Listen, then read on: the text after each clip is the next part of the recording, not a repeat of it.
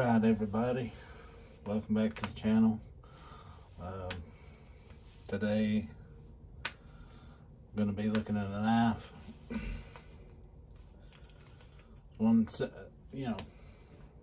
I like knives.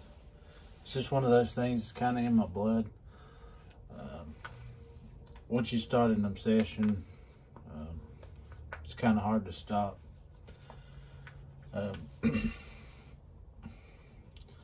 So we'll get on with the one we're looking at today is the Spyderco. It's the Tenacious lightweight.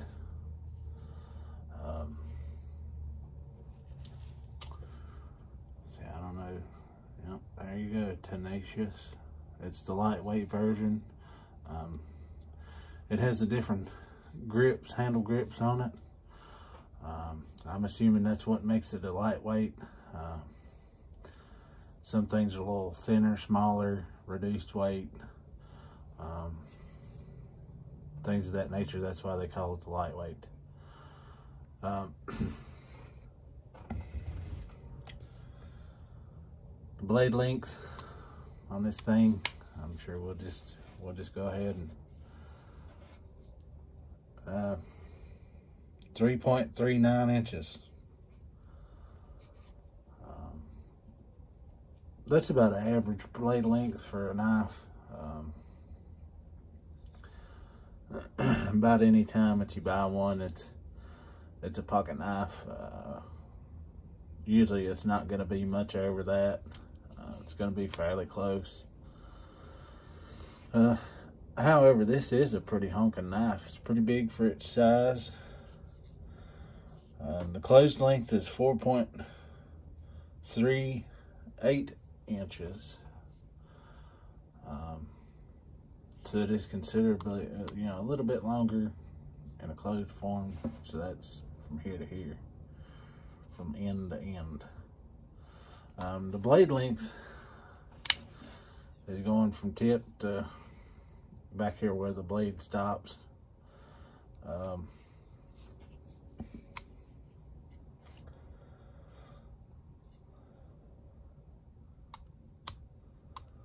The weight is somewhere around 3.7 ounces. For as big a knife as this is, that's pretty light. And here's a comparison to a Leek, which is the one I carry every day. It's very similar in size. However, once you get it here, I don't know how well this is gonna pan out, but it's even on this end right here. Yeah, pretty well even, and yeah, it's a considerable difference. How much large, it just feels like a large knife to me. That brings the overall length to 7.77 inches. That's a pretty lengthy knife. Of course, it's around an average size knife. I will give it credit for that. It does have a lanyard hole. I remembered what that was today. It's a lanyard hole. I never have found a use for that. And I'll probably keep on saying that as long as I keep making these videos. Just kind of something that gets in your way. Some people like that kind of thing. I never have, probably never will. I'm a little bit old school in that.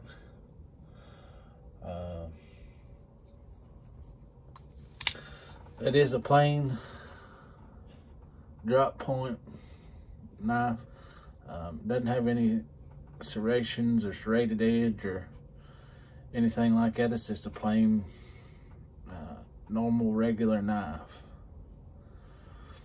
I don't know if you can see on that, it's the blade steel is 8CR13 MOV. that's not too great whenever it comes to holding an edge. I've tried to carry this knife a little while, and it was hard to kind of get an edge started back on it whenever it lost its factory edge. And it's one of those that once you get sharpen it and get it sharp, it loses the edge pretty fast.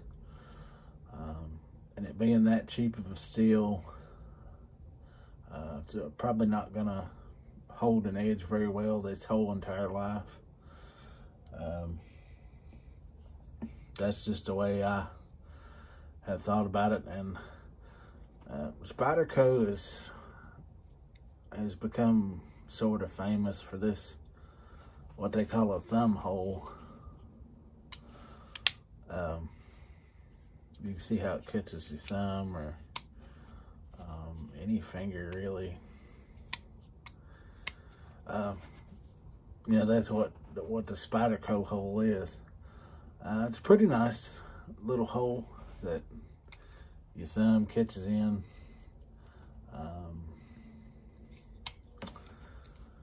That's a pretty nice little feature. Of course, that's probably the size difference between like a regular pocket knife and a Spyderco, is they've had to make it big enough to put this big hole in. You know, a normal knife would have a little thing that sticks out on the side of the blade there that you catch your thumb on. But they've made a pretty gigantic hole. I could just probably about fit my whole finger through that thing. And you know, it's a pretty big gigantic hole, but that's the Spyderco hole. This is the only knife you'll probably ever see that on. It is a China made knife.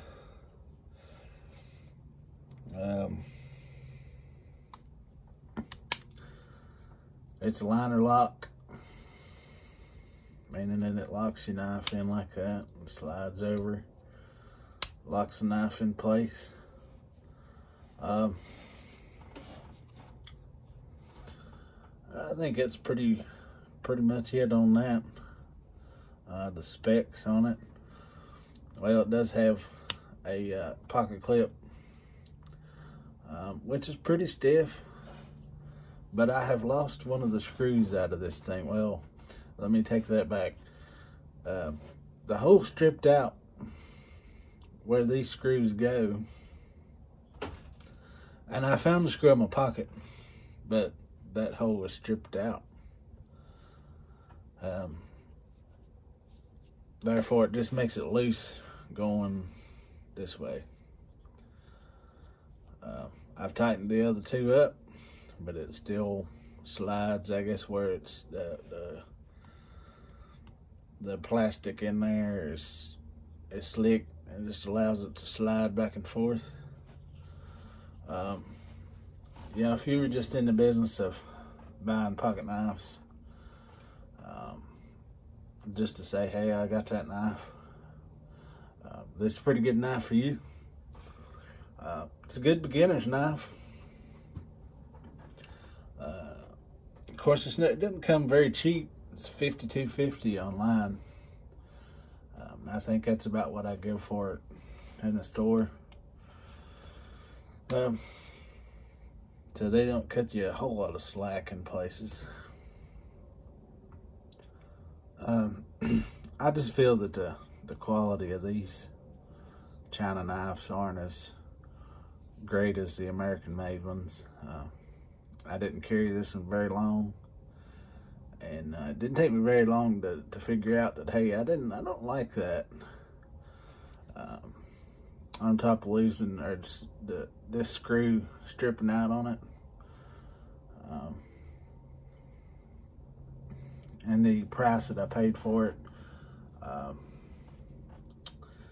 didn't settle well with me, and the lack of edge retention. Y'all can probably see that. I mean, it is dirty. I did use it. I did abuse it. But yeah, after a couple of uses, the edge on that thing, it's not very good. I know a friend of mine had a different one of these, and it was an okay knife. It looked fairly decent, but it wasn't necessarily something that I liked. But I decided to give it a try because I was just shopping around and decided to pick this one up.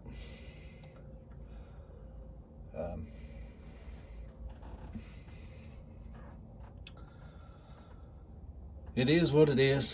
It's a beginner's knife. Like I said, it's cheap, it's effective, but it's probably a purchase that I will not make again, just because of the cheapness of it. I know Spyderco makes a bunch of different knives with a bunch of different blade steels and handles and stuff like that. But I'm gonna stick with the American-made stuff. These knives, you know, they kind of leave a taste in your mouth that, well, I should have bought American anyway, because it's the same amount of money that I would be spending on an American-made knife. And that's pretty much all I got for you today. Thanks for watching. Remember to like, comment, subscribe. I sure have enjoyed making these videos. God bless. Thank you for watching.